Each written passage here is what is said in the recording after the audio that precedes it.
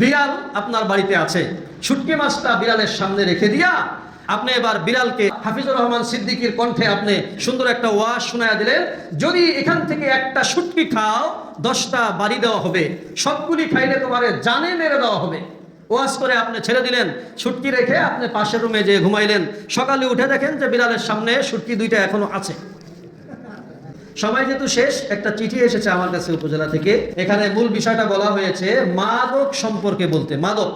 মাদক নির্মূল করার জন্য সরকার, প্রশাসন, জনগণ এবং নেতৃত্ব স্থানীয় ব্যক্তিবর্গরা অনেক চেষ্টা চালাচ্ছেন। এরপরেও কি কমতেছে না বাড়তেছে? কথা বলেন, কমে না বাড়ে?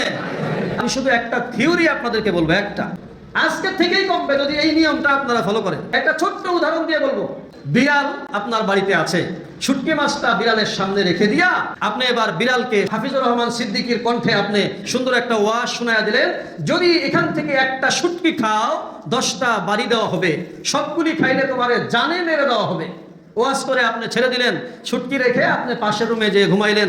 সকালে উঠে দেখেন যে বিড়ালের সামনে শুটকি 2টা এখনো আছে। কথা বুঝাইতে পারিনি? এখনো আছে কেন? আপনি যে ওয়াজ করলেন, লাঠির ভয় দেখাইলেন, এই বোকামি করলে হবে না ভাই। আমি খুব সহজ করে বলি, মদের ফ্যাক্টরি আপনি বন্ধ না করলে এই বাচ্চাদেরকে আপনি এই মদের ওয়াজ করে কি লাভটা হবে? আপনি মদের ফ্যাক্টরিটা আগে বন্ধ করেন। কথার কি যুক্তি আছে? নাকি পরে সমালোচনা করবেন আবার? না কোনো দলের বিরুদ্ধে গেল? বাস্তবতা। আমি আশ্চর্য হই, আমার মুসল্লিদের অনেকের পলিথিনের দোকান আছে। কিসের দোকান? পলিথিনের। বলে হুজুর দোকান বন্ধ কেন? সমস্যা। কি সমস্যা? বলে পলিথিন বিক্রয় করা নিষেধ। পলিথিন বিক্রয় করা নিষেধ। আরে ভাই, নিষেধটা এখানে কেন? কোম্পানি বন্ধ করলেই তো পারো। কথা বলেন, ঠিক কি না? তো যদি আপনি মদ, জুয়া, গাঞ্জা, হিরোইন এগুলি বন্ধ করতে চান, একটা মেইন সুইচ বন্ধ করলেই তো হয়, জায়গায় বন্ধ করলেই তো শেষ। সরকারের এত টাকা খরচ হচ্ছে, আমাদেরকে বয়ান করতে হচ্ছে, যারা নির্বাচনী ক্যাম্পিং করছেন সেখানে যেও সময় খরচ করে বলতে হচ্ছে মাদক মুক্ত সমাজ চাই। হ্যাঁ, একমত, ফ্যাক্টরিটাকে বন্ধ করেন। কথা বলেন, ঠিক কি না? মাদক নির্মূলের যত পদক্ষেপ আপনি নেবেন কোনো কাম হবে না।